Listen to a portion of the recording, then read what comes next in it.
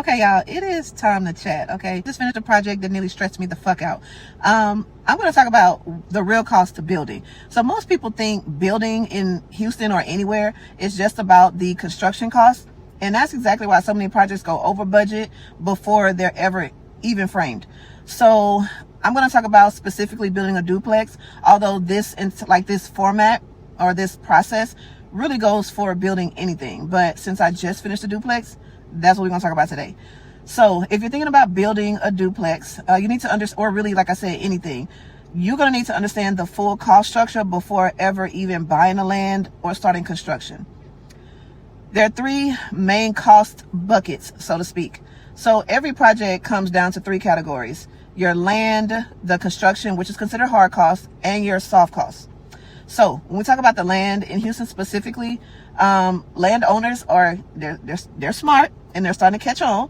So in Houston, land for, let's say, a duplex in particular ranges anywhere from about $40,000 to $120,000 in developing areas. And then now, of course, you can get it for lower if you do a for sale by owner or work with or if you know the seller type thing. But then you're looking at around 120 to 250 or even more in the stronger, more central areas. So here's the key. Price doesn't matter if the zoning, the setbacks, or utilities don't support your plan. I know, I've been there, especially if you're building in a flood zone. That's a whole nother video for a whole nother day. But let's start with construction costs, aka the hard costs. So for duplex construction in Houston right now, a realistic range is about $120 to $160 per square foot for a standard build. Now, if you got a homie, if you know somebody, sure, you can probably get it for lower, but that's another story too if you want to go the cheap route. Then you're looking at $160 to $200 or more for the higher end, more complex projects. So for a 3,600 square foot duplex, we're looking at around $400,000 to $650,000 in the construction cost alone. Okay, so we've already talked about the land, we've talked about the construction, aka the hard cost. Now we're going to look into the soft cost, and this is where most people miss it, including myself when I first started. So soft costs, those usually include architectural plans, which can range anywhere from $8,000 to $20,000 depending on what you're doing. Engineering, that's structural, civil if you need it, anywhere from $5,000 to $15,000. You need a survey, about $1,500 to $4,000. You need permits, city fees, that's anywhere from $8,000 to $25,000. It just depends on your scope of work. Then you have to have insurance, financing costs, and inspections. And realistically, soft costs can add anywhere from $30,000 to $80,000 or even more onto your project. So what most people underestimate is they ignore the timing and the variability of a project. They'll calculate the land and the construction, but they ignore all the other stuff. So key factors you want to make sure that you are including and taking note of when you're building for the first time: permit timelines. Although Houston is slow for us, but it's faster than many other cities. But no matter what, you can still see delays depending on revisions and approvals. And it's not like it's a whole bunch of people working in the city, scanning these plans and stuff like that. So another thing you want to look at is the material fluctuations. Lumber, concrete, finishes, those are not fixed prices. And so if you want to start your project, if you think about starting your project, like in, let's say it's March now, and you got your idea, you got your financing, everything's ready to go, but the city sends your plans back and your plans don't get approved until June, July, you're looking at prices have changed by then. And then now we're talking about the labor availability. We already know what's going on with the labor shortage. We already know that the United States alone is short nearly 500,000 tradesmen. So a lot of times we don't take into account the labor availability. These subcontractors are not just sitting around, and we're talking about really good subcontractors. And I don't know if y'all have noticed, but out here in Houston, it's not like back, some years ago, you could find a whole bunch of brothers. I'm just saying, brothers, as in men of color. You could find a whole lot of them out at HEBs and stuff. I mean, HEBs, Lord, you could find these men, I would say, hanging out at Home Depot. That's not the case as much anymore. So just to go back, because I know, like I said, this last project had really the last project, it was all hands on deck and it really stressed me out. I'm talking about, if you ever had, or if you know someone with eczema, I am pushing 40 right now, and I had never had an eczema breakout, like a flare up, And first of all, it has been like, I want to say at least a decade since I've even had an eczema flare up. Okay. And with this project and some other things that was going on around real estate and construction, the flare ups have been crazy. So like I said, this project stressed me the hell out. It stressed me out so much that I had to make a video, because I know a lot of people think stuff is cute and they want to get involved in new construction. Everybody want to put a hard hat on. They want to get involved in development and stuff. And a lot of times people don't talk about the ugly of development. Like, yes, it is very lucrative, but it is also time consuming, energy draining. It is a process. So to get back on board, the key factors that a lot of people miss, and like I said, it was permitting timelines, material fluctuations, labor availability, and then we are looking at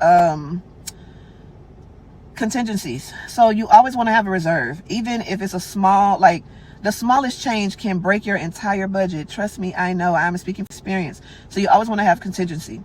And now what I'm going to do real quick is go through like a realistic budget scenario.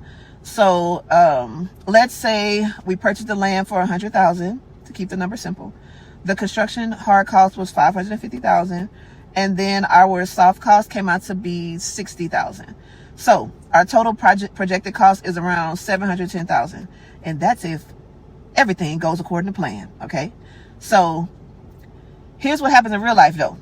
Material increases or upgrades can happen. So now you're finna add another $20,000 onto that $710,000.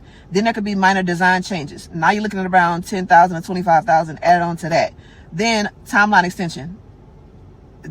Delays will happen. It's just a matter of when and for how long. So now you're adding another about $10,000 or more. So now your project has gone from $710,000 to probably $740,000 or even $770,000.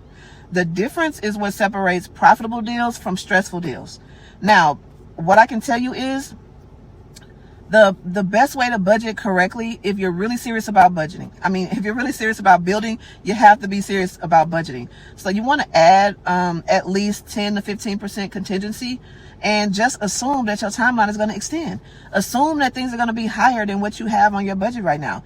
Understand your zoning and buildability before even buying the land. Check all that stuff out and build your team early. Get you an architect early on deck, an engineer, get your contractors lined up from the very, very start. Building a duplex in Houston can be very, very profitable, but only if you understand the cost before you start, because it's not just construction. This is about strategy. And one thing I'm going to tell you too, if you run into a situation where you are practically upside down on the project, which I have been before, due to things that we're going to talk about in another video, because as a woman in this construction lane, as a woman, I suggest women to get as much experience, hands-on experience as possible before jumping into this lane. Even if that means going to get you a certification as a carpenter, which is what I did. You need to understand the building process from inside out, okay? It's not just about putting a hard hat on and taking photos for the gram. You need to know exactly what's going on with your project at all times. You need to be able to, if you have to go down to the city, you need to know who to talk to. You need to know how to talk to these people. You need to know how to get things done when you could be given a runaround from your contractors. If you run into a situation where you're upside down on the project, you need an exit strategy, okay? Because sometimes, especially when you're starting off, you're going to misbudget your project. And you're going to need an exit strategy that can get you out of that situation, because that doesn't make sense, and it takes you like, 10 years to break even. That's what I'm looking for. So what I ended up doing was, for one of my projects, I looked into special populations. So there's something called a residential treatment center that you can partner with the state or the city and help them house vulnerable populations. And the state will reimburse you a pretty penny. I'm just going to say that. What I'm going to do is I'm going to make another video about that, because your exit strategy is more important than everything I just said. I mean, sure, like I said, everything that we talked about is, high key important, but your exit strategy is super important. So if you want more like real breakdowns like this, more good, bad, and ugly and all that, make sure you follow me. I'll keep showing you this, and I'll show you what actually works in the field. And on the next video, we're going to talk about that residential treatment center, because y'all, that can save your project.